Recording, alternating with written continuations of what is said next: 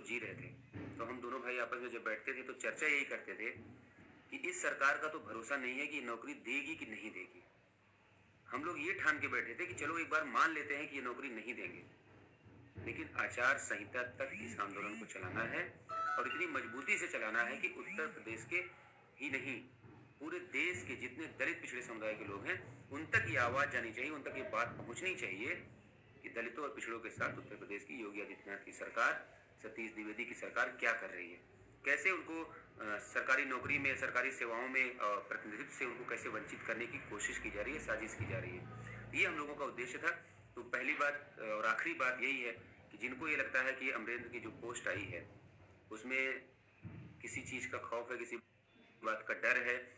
या अपनी नौकरी को लेकर चिंता है इसलिए वो यहाँ से गए हैं, तो ऐसे लोगों से मुझे सिर्फ एक ही बात कहनी है कि आप अपना समुचित इलाज कराइए। बाकी और उसमें कोई सच्चाई नहीं है। और हमारा परिवार है, हम लोग एक साथ जो है 7 महीने इस आंदोलन को जिए हैं। तो जो भी बातें हैं, जो भी होगा होता है। कभी कभी छोटी छोटी बातें बहुत तकलीफ दे जाती हैं और ऐसा सबके साथ होता है, आपके साथ भी होगा, मेरे साथ भी होता है कि कभी कभी हम बहुत बड़ी बातें झेल जाते हैं और छोटी छोटी बातें हमको बहुत हर्ट कर जाती हैं। तो अपना आपस का मसला है, बस इतना मैं यकीन दिलाना चाहता हूँ कि बहुत जल्द हम सभी लोग एक साथ होंगे यहाँ पे।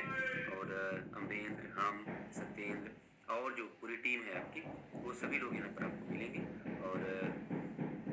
संभव है कि आज ही सब लोग एक साथ आपको यहाँ पर मिलेंगे। तो अमरेंद्र के बारे में अगर किसी के मन में कोई गलत फहमी है तो उसको आप दूर कर लीजिए कि ज़्यादा गुलाम होने की वजह से वो यहाँ से चले गए, तो ऐसा कुछ भी नहीं है। हम सभी यहाँ खड़े हैं और यही करना होता अगर, तो इस बात को आप लोग समझ लीजिए कि जिस दिन हम लोग मुख्यमंत्री जी के यहाँ से आए थे, तमाम लोग इस बात को कहते हैं कि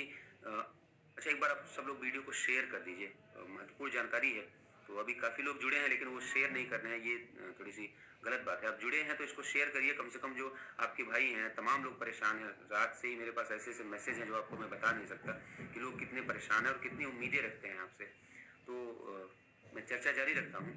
तो यही है कि लोगों को ये लगता होगा कि वो व्यक्ति नौकरी के पीछे भाग रहा है या हम लोग सिर्फ नौकरी के पीछे भाग रहे थे। गलत थे आप और गलत सोच रहे थे। हम लोगों ने पहले दिन से ये तय किया कि नौकरी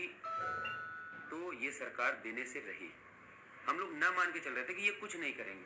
लेकिन आंदोलन को घर घर तक पहुंचाना है, समाज को जगाना है। कम से कम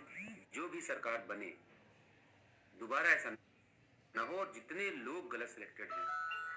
जितना हमारी जगह बनती है, मात्र 2637 लोगों को रिजर्व कैटेगरी में दे दिया गया नौकरी, बाकी लोग 15,961 लोगों को उनके हक अधिकार छीन लिए गए। तो हम लोग ये मान के चल रहे थे कि अगर ये सरकार नहीं देगी तो जो भी सरकार बनेगी उससे हम 15,961 लोगों की नौकरी ओबीसी की और जो हमारे 21% जगह 16.6% पाए हुए हमारे एससी वर्ग के भाई हैं, जिनके लिए ये वही अमरेंद्र हैं जिनके बारे में मैं आपको बताना चाहता हूँ कि एक बार ऐसा हुआ कि प्रतिनिधि मंडल में कोई हमारा एससी का भाई नहीं गया था। और ऐसा नहीं है कि कोई अधिकारी या मंत्री इस बात को नहीं जानते थे कि अमरेंद्र पटेल एससी है कि नहीं है। तो वहां पे उन्होंने एससी का प्रतिनिधित्व किया और उन्होंने इस बात को बोला कि एससी वर्ग से उन्होंने कहा कि एससी मतलब चर्चा होने लगी कि ये हुआ कि सिर्फ ओबीसी में ऐसा नहीं हुआ है, ये स्कैम एससी वर्ग की सीटों पर भी ऐसा हुआ है। तो उस समय एसीएस साहब ने पूछा कि आप एससी वर्ग से हैं, तो उन्होंने कहा जी सर मैं एससी वर्ग का प्रतिनिधित्व कर रहा हूँ। तो आप ऐसे व्यक्ति की निष्ठा पर प्रश्न नहीं उठा सकते। और जो भी बातें हैं अपनी हम लोग आपस में चर्चा करेंगे, शेयर करेंगे और जो भी अनसुलझे प्रश्न हैं उसको सुलझाएंगे और मिल बैठ के एक साथ जो है हम लोग अपनी चर्चा करेंगे। और इस लड़ाई को जिस व्यक्ति ने अपने खून पसीने से, अपने सामर्थ्य से, अपनी ताकत से और अपना बेशकीमती समय देकर इस आंदोलन को जिया हो, उनके लिए जो भी कुर्बानी देनी पड़े उसके लिए हम लोग सभी लोग एग्री हैं कि अगर किसी बात पे या किसी मसले की वजह से अगर कोई दिक्कत है तो हम लोग उस पर आपस में चर्चा करेंगे, बात करेंगे। और जो हमारे साथी इको गार्डन में उपस्थित हैं उन सभी से भी यही कहना है कि आप जो है पेशेंस रखिए, धैर्य रखिए। ऐसा कोई सवाल नहीं है जो हम लोगों ने पिछले 7 महीने में सुलझाया ना हो।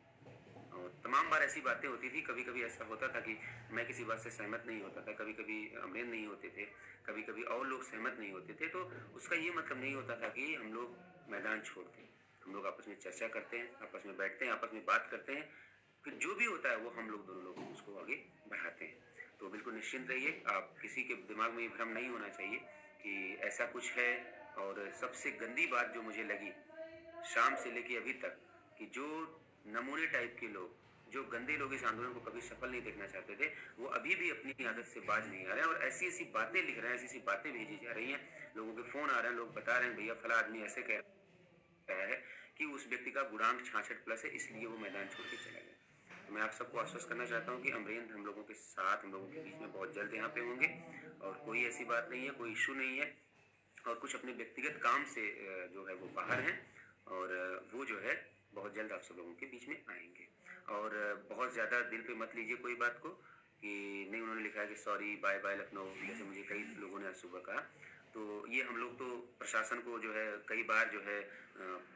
ब्लफ करने के लिए दे देते हैं, एलआईयू की जो है जो इंटेलिजेंस है इनकी, उसको गुमराह करने के लिए हम लोग ऐसी बातें करते रहते थे। और आप लोगों को याद होगा कि जब चंद्रशेखर भाई पहली बार आने वाले थे तो हम लोगों ने एक दिन पहले अपने लोगों तक ये मैसेज पहुंचाया कि कल मुख्यमंत्री जी से मुलाकात होनी है, जिससे एलआईयू और प्रशासन के लोग जो है हमारे रास्ते को रोक ना सकें। तो ये सब सारी बातें चलती रहती हैं और इस पर किसी को भी परेशान होने की ज़रूरत नहीं है। वो सब ठीक है, सब जो है साथ हैं, सब एक दूसरे की इज्जत करते हैं, सब एक दूसरे के साथ बिल्कुल परिवार जैसे हैं। और 7 महीने का जो ये परिवार बना है, इसमें सबसे बड़ी बात यही है कि किसी का यहाँ व्यक्तिगत कुछ नहीं है और छोटी छोटी बातें जो भी होती रहती हैं हम लोग आपस में चर्चा करते रहते हैं। मैंने कहा कि कभी कभी ऐसा होता है कि मैं किसी बात से सहमत नहीं होता हूँ या कभी कभी ऐसा होता है कि अमरीन किसी बात से सहमत नहीं होते हैं, तो उसका ये मतलब नहीं है कि हम लोग लड़ाई छोड़ें। बस आप सभी लोगों से आग्रह है कि आपको जो कहना हो आपको कहिए, लेकिन अगर किसी को इस बात पे जरा सा भी शक है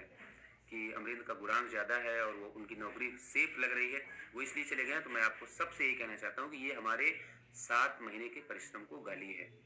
अगर हमें यही करना होता तो हमारे लिए बहुत आसान था, मुख्यमंत्री जी के यहाँ से निकलते और यहाँ आके सबसे कहते कि सबकी नौकरी पक्की हुई, आप घर जाइए, डॉक्यूमेंट तैयार करिए, धरना ऑफिशियली खत्म कर दिया जाता। लेकिन हम लोग उसी दिल से इस बात को जानते थे कि विभाग है, बहुत हरामखोरी है यहाँ पे, जब तक सारी चीज़ें हमारे पक्ष में नहीं हो जाती हैं तब तक हम लोग इस आंदोलन को जारी रखेंगे। लोगों ने आरोप लगाया करिए झंडा बैनर अंदर कर लिया, इको गार्डन के अंदर भाग गए और धरना खत्म कर दिया, 6000 सीटों की लालच लेकर बैठ गए, तब भी हम लोग वहाँ पे डटे रहे और अधिकारियों के यहाँ डेली आना जाना लगा रहा कि कोई भी गलत तरीका नहीं अपनाया जाना चाहिए जिससे हमारे साथ फिर से इनजस्टिस हो जाए। तो हम लोग उस दौर में नहीं गए, उन परिस्थितियों में नहीं गए, मैदान नहीं खाली किया। तो आप कैसे सोच सकते हैं कि इस दौर में हम लोग मैदान खाली करेंगे? तो इस बात को लेकर बिल्कुल निश्चिंत रहिए, ऐसा क्योंकि उसको लेकर बहुत सारे प्रश्न हैं, बहुत सारे सवाल हैं और सुबह से ही कई लोगों ने मुझे फोन किया। देखिए, विभाग क्या कर रहा है और क्या करेगा, वो आईएएस अधिकारी हैं, बहुत ज़्यादा जानकारी शेयर भी नहीं करते हैं और कोशिश उनकी ये होती है कि सारी चीज़ें इस ढंग से की जाए कि दोबारा जो है कोर्ट कचहरी का चक्कर न लगाना पड़े। और निश्चिंत रहिए, पहले दिन से हम लोग इस बात को कह रहे हैं कि अगर इस बार कोई भी गलती की, इस बार कोई भी चालाकी करने की कोशिश की, तो पहले तो होता था लोगों को समझाना पड़ता था कि क्या आंदोलन के दम पर सरकार को झुकाया जा सकता है। कम से कम आज ये सवाल जो है उत्तरित है, उसके बारे में चर्चा करने की जरूरत नहीं है कि आंदोलन अगर दृढ़ इच्छा शक्ति के साथ और ईमानदारी से किया जाए तो इस देश में कोई भी ऐसा रास्ता नहीं है जिसको सुगम न बनाया जा सके। तो हम सभी लोग यहाँ पर हैं और सभी एक साथ हैं और लिस्ट जो भी ये बना रहे हैं अपना, अगर उसमें कोई भी गड़बड़ी निकली तो वो पहली लिस्ट ये भूल जाएंगे, इन्होंने लिस्ट बनाई, नियुक्तियां दे दी, कुछ हुआ नहीं। इस बार तो हम लोग खुद इंतजार कर रहे हैं कि इनकी लिस्ट आएगी, अगर उसमें एक भी विसंगति दिख गई तो इतने सारे लोग तो अभी इको गार्डन में जमा है और जिस दिन आह्वान हो जाएगा इसके 10 गुना, 20 गुना लोग, 50 गुना लोग यहाँ पर निकल कर आएंगे।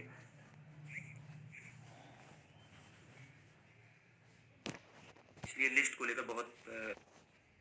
पैनिक होने की जरूरत नहीं है आपको और निश्चिंत रहिए और जहाँ हैं सुरक्षित रहिए और इको